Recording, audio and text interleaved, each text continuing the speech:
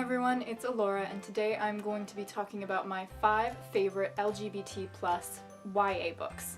Now, a couple of these books are contemporary and a couple of them are fantasy, so let's just go ahead and get started. The first one that I want to talk about today is Carry On by Rainbow Rowell. Now, if you've been watching my channel for any length of time, you'll probably know that Rainbow Rowell is one of my favorite authors. I absolutely adore the way that this woman writes. She's fantastic. All the books are sliding off my lap. Okay. Anyway, Carry On is kind of controversial in a number of ways, not only because it has gay main characters, but because it's based off of Harry Potter, so some people consider it to be like fan fiction, but some people consider it to be a ripoff of Harry Potter. I just think that Rainbow Rowell took the inspiration of Harry Potter, the magical school setting, and ran with it. The main character in this story is named Simon. Simon is essentially the chosen one, but he doesn't really want to be the chosen one, and he doesn't really have all of the requisite skills to be a chosen one, and so it's kind of all a bit of a mess. And then the other main character, his name is Baz, and he's sort of like the Draco Malfoy character if we're relating this to Harry Potter, but he's just, he's so dark and brooding, and you just have to love him, and their relationship is priceless. I would absolutely recommend reading this book if you love funny, snarky humor and if you enjoy Harry Potter type stories. Next up is a book that I read relatively recently, and that is Simon versus the Homo Sapiens Agenda. This book is a contemporary and it's written by Becky Albertalli. I'm sure a lot of people have heard of this. It's really sardonic and it's definitely geared towards teenage boys. The premise of this book is that Simon has been text messaging or emailing this boy in his school whose codename is Blue, but he doesn't actually know who this other boy is, and both of them are gay but not openly so. And so they've been having this online relationship, but they haven't met in person, or maybe they have and they just don't know who the other is. And then at the very beginning, the very first page of the book, so this is definitely not a spoiler, Simon gets blackmailed because this guy named Marty finds his emails and reads them and realizes that Simon's gay and that there's this other boy in the school who's gay and they aren't out yet. So he's blackmailing Simon into helping him get with this girl that's Simon's friend. So it's really funny in that way. It has that element. It has the multimedia element because there are emails in the text of this book, so that's fun. Definitely a very modern, contemporary take on the issue of being openly gay, especially in a high school setting, which is becoming obviously much more prevalent and much more welcomed, but we're still on the cusp of that. It's still not something that's completely socially integrated yet, so this was a really good one for that. So like I said, very funny. The next book that I want to talk about is also a YA fantasy book, like Carry On, and I think this is really exciting because it has been rare in the past to see LGBT relationships in fantasy books. They were just pretty much predominantly restricted to the contemporary YA fiction genre, but now they're starting to be more incorporated into other types of stories like fantasy books, which is really fantastic.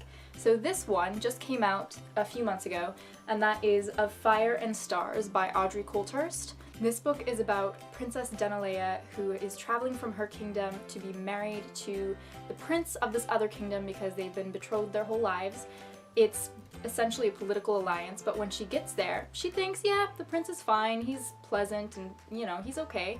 But she really starts to be curious about the prince's sister, Amaranthine, or Mare.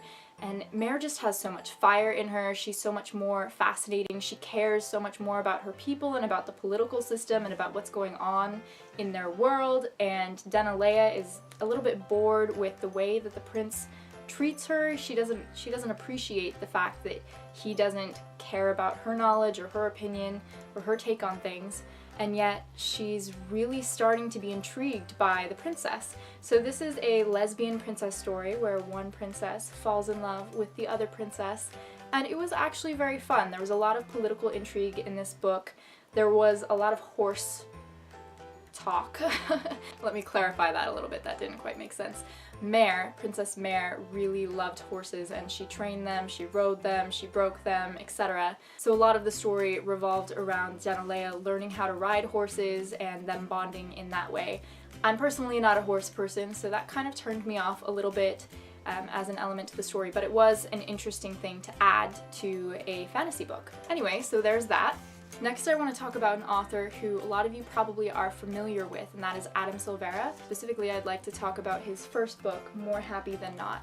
Now, I did read his second book, however, I didn't really enjoy it very much, and I'll be talking about that in another video, but this one was really good, More Happy Than Not.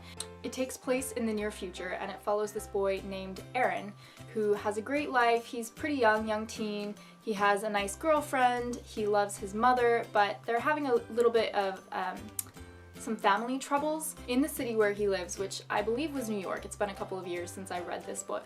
I read it as an ARC before it came out, but in the city where he lives, there's this institute called the Lateo Institute, and essentially they take people and they help them forget things that they didn't want to remember about their lives. So it's essentially like Eternal Sunshine of the Spotless Mind, if you've ever watched that movie from a while back with Kate Winslet and Jim Carrey. Really great film, but it was that idea. So you go in and you have this procedure done where you can forget certain aspects of your life in order to live a happier, quote-unquote better life without these painful memories. So Aaron is very interested in this because he wants to forget some things about his father and his relationship with his father. And so he's looking into the institute, and while this is all happening, he meets this other boy, this other young man, and he starts to form a really close friendship with him, which turns into something more. And this, I just thought, was a great blend of slightly sci-fi, because it wasn't super in the future. It was just a little bit in the future with a little bit more advanced technology than we have available on the market now, and then also the contemporary aspect and the LGBT plus aspect of this book.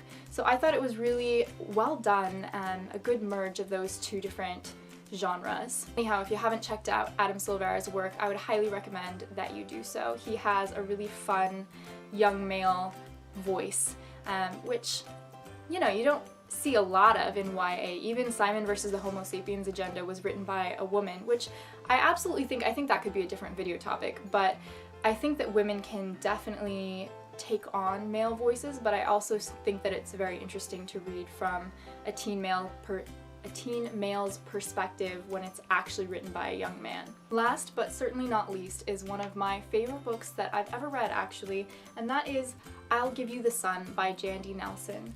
Now, Jandy Nelson has written 2 books, and I recommend them both wholeheartedly, but this one is my favorite. I think it is beautifully done.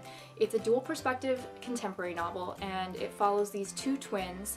So there's a girl and a boy. So they're obviously dizygotic twins, since there's a female and a male, but they're very, very close in the first part of this book. And the first part of this book is told from the perspective of the young boy when they are 13 years old, and then the second part of the book is told from the perspective of the girl when they're 17. And between the time when they're 13 and 17, something horrendous has gone wrong in their relationship, and we as the readers don't know what it is at all. Something has torn them apart, and they no longer have any relationship with each other at all. And this is just so beautifully woven, the way that the 2 sections are put together so that the reader slowly comes to understand the story and what's going on.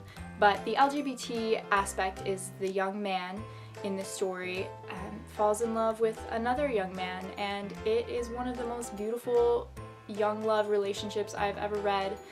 It's just, it's great. And this book also features art because both of them are artists.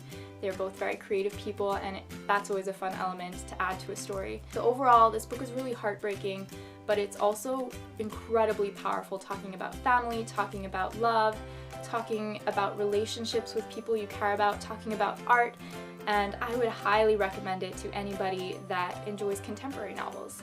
Okay everyone, those are my 5 favorite LGBT plus novels for young adults, I suppose. They're all YA books. So yeah, I hope you enjoyed this video. I tried to include a nice mix of some fantasy and some contemporary and some like funky sci-fi stuff going on with the More Happy Than Not. I just want to say that I think that it's very important that YA literature starts to incorporate more of these elements, these modern conversations that we're having about things like being gay or not being gay, just about sexuality in general. I'm very glad that our society is starting to be more open to this idea of different ways of living one's life, And I think, like I said, that it's really great that it's starting to show up in YA books that are fantasy even. Here I am fumbling with how to talk about this because I want to try to stay PC but still state my opinion. And ultimately what it comes down to is that we shouldn't need this to be such a politically correct topic. I think this just needs to be discussed, and books like this, YA novels, putting in LGBT plus elements, are really helping the young generation of today to start discussing these issues even more and more, and I think that's fantastic. So don't be afraid to talk about difficult or politically charged issues. I think it's fantastic that people are, bringing it up and engaging in dialogue and having conversations about this and reading about it. So yeah, even though that wasn't very eloquent, that was kind of my thought on this subject. But I hope you are having a wonderful day or night wherever you are, and until next time, stay happy, stay healthy. Bye guys. Oh, last thing that I want to say is that no matter who you are and no matter who you love, you are worthy and you are beautiful and you are love and you deserve to have all the happiness in the world. I hope you know that.